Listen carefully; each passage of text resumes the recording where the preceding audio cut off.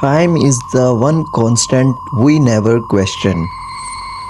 It moves forward, it never skips, and it never resets.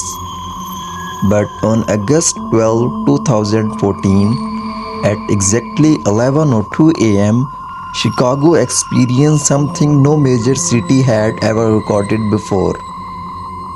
For 4 minutes, the city ceased to exist in measurable time, 240 seconds missing.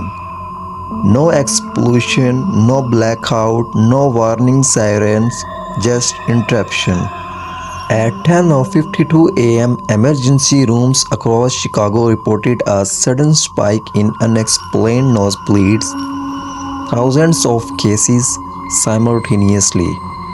Doctors suspected chemical exposure, air quality tests came back normal, toxicology scans showed nothing, neurological imaging later revealed abnormal electrical surge in the temporal lobe, the part of the brain responsible for processing time. It was as if the human nervous system detected interference before the machines did. Some patients reported a metallic taste, a low frequency hum, a sense of deja vu. One patient described it as it felt like the world inhaled and forgot to exhale. At precisely 11 hours 2 minutes and 4 seconds, traffic cameras froze. Stock exchange tickers stalled mid-transaction. Security footage shows pedestrians halting mid-step. A woman crossing state streets stops with one foot suspended above asphalt. Then everything resumes. But logs reveal a gap, 4 minutes of corrupted data, not overwritten, not deleted.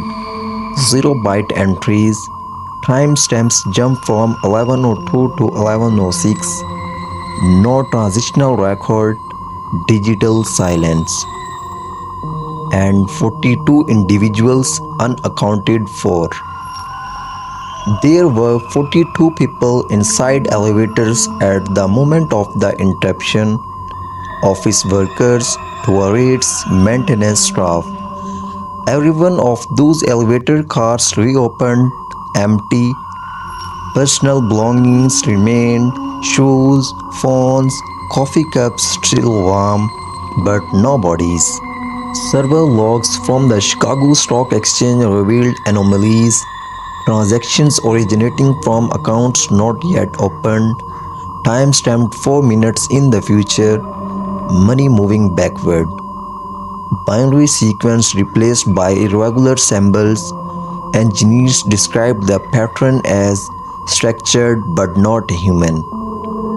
It was as if the system briefly accessed a version of reality that did not belong to us. A sealed metal enclosure acts as a Faraday cage.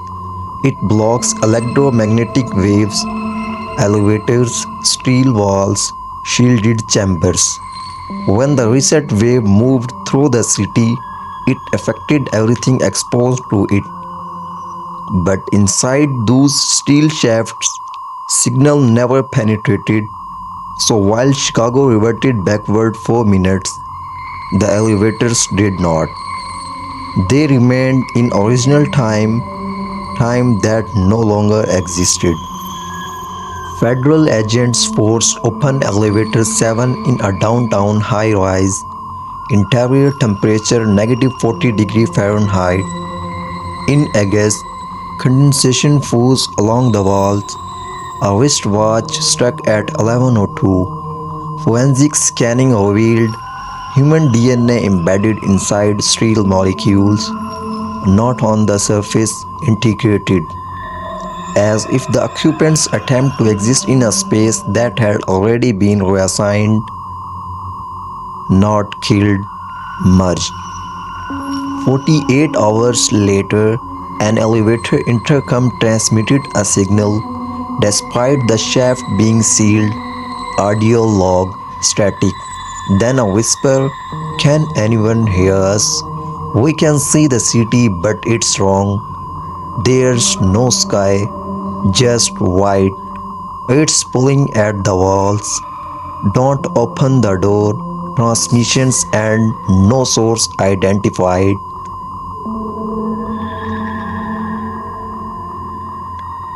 In 2019, a redacted Department of Energy document surfaced online titled Project Chronos. Objective: Develop Metropolitan Temporal Buffering System. Chicago listed as prototype Site A. Activation timestamp 11:02 am. Status: partial success. It reset the system, but shielded zones were excluded. Elevator shafts were reinforced, concrete, steel, then lead 4 feet thick. Lead blocks radiation, but no nuclear trace was detected. Internal memo reference: temporal residual emissions. Containment required indefinite isolation. A maintenance contractor accessed a restricted sublevel. 10 minutes exposure. When found, hair completely white, skin aged decades, cellular degeneration equivalent to 40 years. Before cardiac failure, he whispered, "The clock is catching up." Every August 12, 11:02 am, micro glitches across downtown networks. Less than 1 second, elevator lights flicker, phones freeze, security feeds distort. Too small for public notice, too consistent to dismiss. Experts privately estimate the 4-minute temporal gap is narrowing by milliseconds annually. If synchronization occurs again, it may not be 4 minutes, it may be permanent. Final warning: the 42 individuals inside those elevators were never declared dead. They were classified as temporarily displaced, their files sealed, their families compensated under non-disclosure agreements. If you enter an elevator and feel a low-frequency hum, if your reflection lags half a second behind, if your phone clock corrects itself, it may not be malfunction, it may be alignment.